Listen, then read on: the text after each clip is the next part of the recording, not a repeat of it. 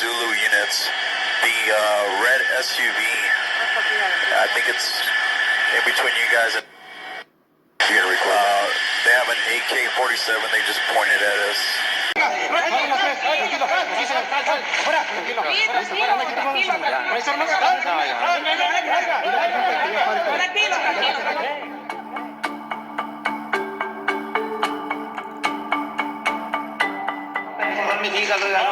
Diles que paren todo. Ya. Un poquito más de visibilidad. Ya no quiero que haya más.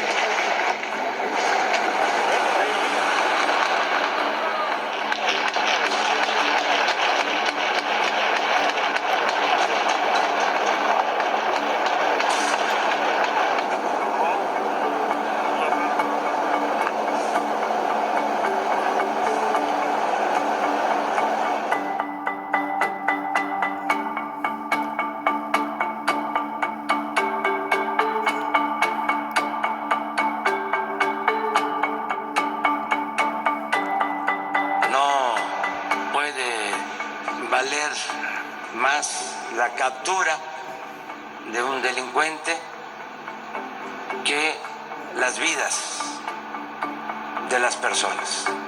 Foto acá, Botelo.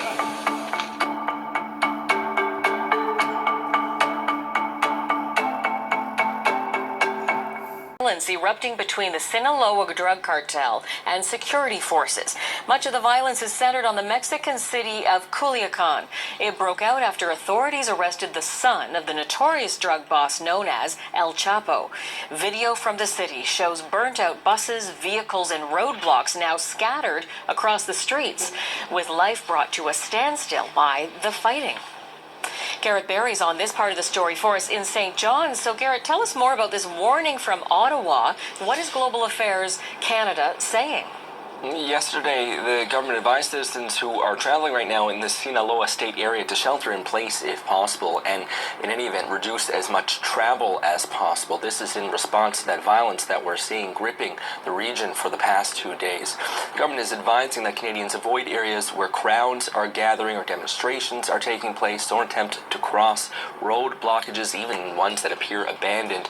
Allow for extra time if you decide to move around, and contact travel providers to try to make alternative arrangements. They say major airports in the region, in Culiacan and Mazatlan and Los Mochis, have been closed, and they are warning of gunfire, burning vehicles, and damage to essential infrastructure.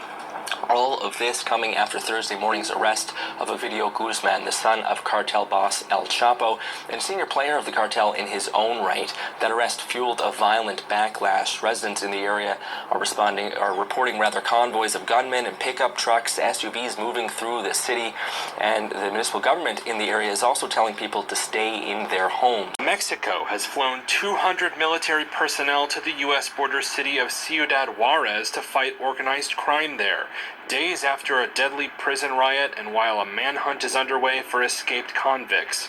That's according to the Defense Ministry on Tuesday. That's hours after the director of the prison, which saw guards and prisoners killed in a riot and breakout on New Year's Day, was fired. Chihuahua state prosecutors said Tuesday Alejandro Alvarado was not only dismissed, but he and others are under investigation for a possible role in the jailbreak.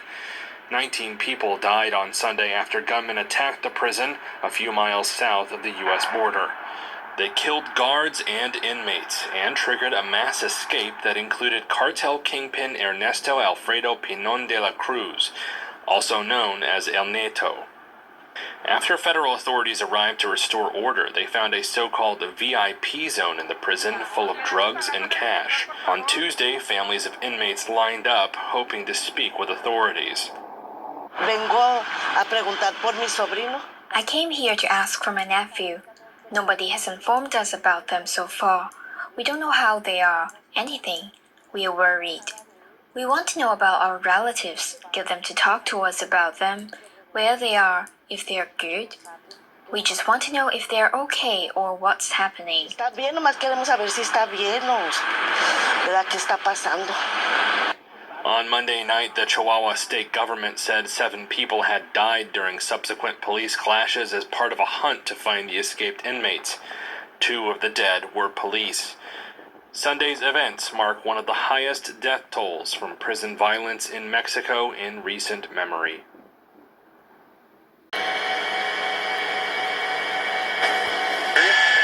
Romeo Zulu units, the red SUV, I think it's in between you guys and they have an AK-47, they just pointed at us. 4400444.